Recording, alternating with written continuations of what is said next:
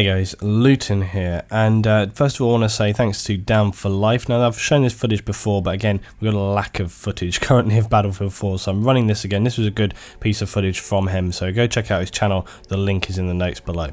So today was the first of 2 days for me at the Eurogamer Expo in London. The show, it's covering many titles, but obviously the primary game that I want to go there to see was Battlefield 4. Now I'd asked people to submit questions to me about the game, but we didn't know what kind of experience was going to be available to us at the event itself. Now also, as I explained yesterday, we were unable to record gameplay from this event. So what Battlefield experience is on offer at Eurogamer? Also guys, just want to say apologise for my voice. I know it sounds a bit different than normal. I'm recovering from being ill last week, and shouting all day in a big conference hall did not help me out. So anyway, what have we got on show at Eurogamer? Well, they've got two 32-player games set up, so that's 16 aside, so they can give people two different game mode experiences of Obliteration and Conquest. Now most excitingly is that it's on a completely new level that we haven't seen before, named Zavod 311 or 311. The best way that I could describe this new map to you, because obviously I can't show you, is to imagine the close quarters map Scrap Metal combined with Keosar Railroad. It's an industrial wilderness with evergreen trees, rocks and abandoned buildings in various states of disrepair. Now I got to try out both of the game modes multiple times, and I'll be back to test it some more tomorrow.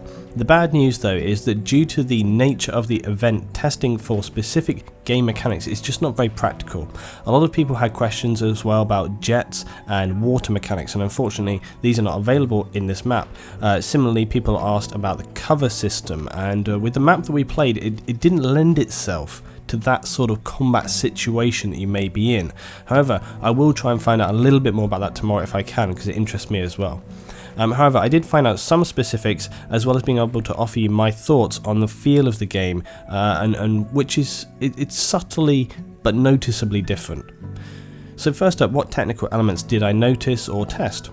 Well, I was asked to check out a couple of different weapons. I got hands on with the RFB rifle, which was a really excellent weapon. It's a DMR marksman rifle. It's a very powerful tool. I decided to just run it with a hollow scope, and I was picking off some targets at medium range, and with such a high powered rifle it was not difficult. So really you cannot imagine like an SKS, and it's pretty close to the mark, but obviously bear in mind that you can drop these on different kits now.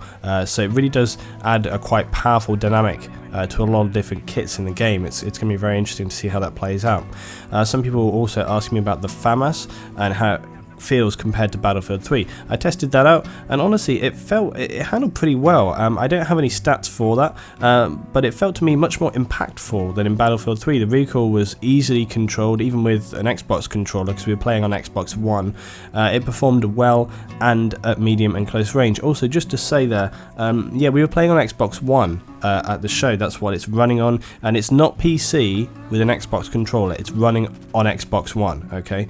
And whilst I came away feeling a little nauseous and dirty at the fact that I'd been playing on the Xbox One, seriously, but no, a lot of people were sort of comparing this, because obviously PlayStation 4 gameplay, etc., people haven't seen that so much as well, and people are saying, what does it look like on the consoles, etc. I know people are super worried about how it will look on the consoles. My honest opinion, the frame rate for one thing was extremely smooth, very fast, okay? It was very, very good frame rate, easily comparable to PC gameplay or higher frame rate console FPS titles. Extremely smooth, very fast frame rate, very, very good. The actual detail of the game, it was still not up to PC standards in my opinion. Now you guys know that I'm even pretty new to playing Battlefield on the PC, but even for me, you can see a difference there. An important, noticeable difference though, the kind of difference where you'd think, Jesus Christ, it's so... No. It's totally fine. It's absolutely fine. It looks very, very, very good, okay? And I can't imagine anybody being completely disappointed in it. But as I say, it's always going to be the way that when you come down to, two systems and one you can, spec out, which one's going to win? It's pretty obvious. Anyway, let's get back into the important stuff. Okay, and now a mention of animations. Now, I noticed several animation lengths for one thing. When you sprint now, I heard a lot of people saying that when you run it felt slow. Like people around me at the show, they were going, what the hell? Like when you go to run, it's all slow. What happens is that when you begin to sprint, you don't just go from like 0 to 60 in one click of a button. Now, when you're moving forward and you initiate sprint, it goes through like a stage of like jog before you actually begin to sprint. So you go from walk, jog, sprint. Okay, now it only takes about a second, but it will definitely have an impact when you want to get out of a dangerous situation. You won't be quite as twitchy as in Battlefield 3, and that's kind of saying something, you know. So recoil now as well. Now recoil, people want to know about recoil, how it compares to Battlefield 3. I tried out multiple different weapons, from full auto assault rifles to DMRs, carbines, SMGs, pistols. Now obviously, okay, each weapon is going to handle different. It's going to have more significant recoil than others, some weapons, okay, but I felt that the recoil, to me, it felt slightly less, and I think other people have commented about this.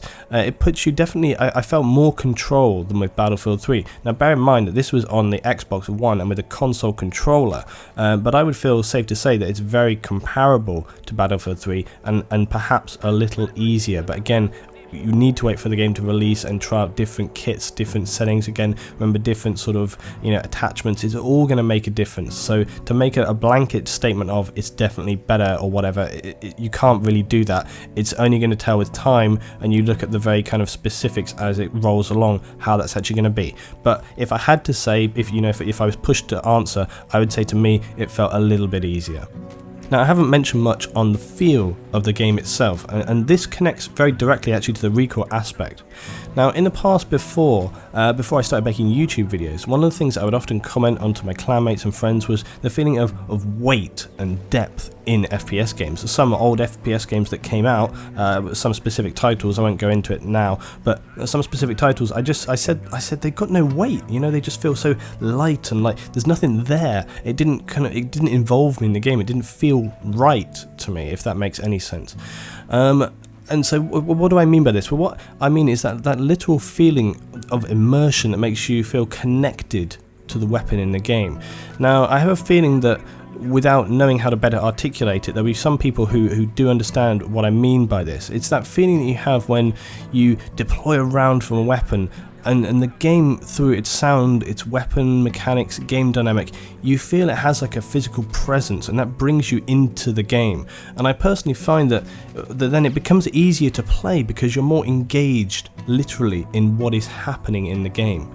Now, Livercap has spoken at length about the sound improvements in Battlefield 4 and how amazing they are. I have to totally agree, the sound in game is vastly improved, and this may not seem like a particularly important factor, but actually it is, for reasons I just previously stated. The game now, it really does pull you in way more than in Battlefield 3. It's got a real weight to it, and that's partly to do with the design, partly to do with the look and feel of it, but also the movements that you're making in the game. It has a digital tactileness that you can feel more of what you're doing in the game, and for me personally, it gives you more depth and engagement with what's happening in the game, and to me that is really, really important. It may just seem like this is Luton rambling on.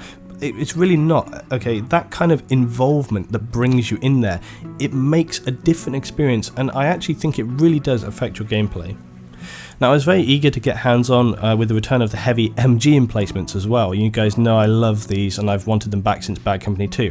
I have to say, they do not disappoint. They are a perfect balance of power and vulnerability. I was actually surprised as well at a public event like this how quickly enemy players dropped those RPGs onto me, which was actually a great thing. Frustrating for me, but great that people were aware enough to identify it as a threat and deal with it immediately. I was like, wow, you know. So that for me was a really good sign. It's because it shows that the MG emplacements are not overpowered, because I was taking, one hit RPG and I was down out of there. That's really, really good. As for the guns themselves, they've got a ton of recoil right now. Unlike the previous incarnations in Bad Company where you could just fire, the heavy MG in Battlefield 4, so they bounce around plenty on the crosshair. So hitting targets with controlled bursts at long range is going to be the order of the day. Now, granted, I was trying to snipe targets off the top of a building, and I only had like little silhouettes to fire at. It was quite long range. I managed to take out 3 out of the 4 guys I was shooting at, so the recoil, it was manageable, but it was hard at that range. Also, at medium range, it was much, much easier. The MG is going to be deadly. If you're at medium range and you've got an MG firing at you, get the crap out of the way, seriously. Those distances you can just drop a ton of ammo, and with relative safety as well. I was only stopped by a shell from enemy armor that took me out that time. So yeah, all in all, I think it was a really productive test experience. It's unfortunate that we could not record the map, or that we did not have enough time to truly test out all the mechanics that we were, wanting to. But remember, the beta releases next week, and it's been confirmed today that there'll be no NDA on that content, so people can upload that content from day one, which means we'll be able to explore and test multiple aspects of the game. The only downside with the beta, remember, is that you have to rank up and unlock equipment. For those of us with a full-time job like myself, that's going to be a slower process than for others. It's not like these events where everything is unlocked and you can just try out anything you want, any combination. In the beta, you usually start, you have to rank up, you're going to have to unlock all of those individual elements. So depending on how long the beta is open for, you're going to be limited in what you can actually get on board with, whatever, especially when it comes to attachments and things like that. Some of those ones that come in later on, you're probably not going to be able to get a chance to sort of see those. And then speaking just lastly about ranking up as well, I was asked also if the ranking system looked very similar to Battlefield 3 in the way you rank forward. Yes, it appears to be very, very similar. So think of it on par with Battlefield 3. I'm sure it's extremely comparable. So thanks for watching today, guys. I'll just say also that I did get a chance to experience other titles like Killzone, Beyond Two Souls, Gran Turismo. I gave Dark Souls a look. Good luck. I'll speak about the other titles and the event itself on another video coming soon, so stay tuned for that one. More Eurogamer fun tomorrow when I'll be giving Battlefield 4 another good testing, as well as plenty other games on the show. In fact, I say tomorrow, it might actually be today now, so by the time this goes out. Thanks for watching, guys. Keep it here, keep it Battlefield 4. See you next time.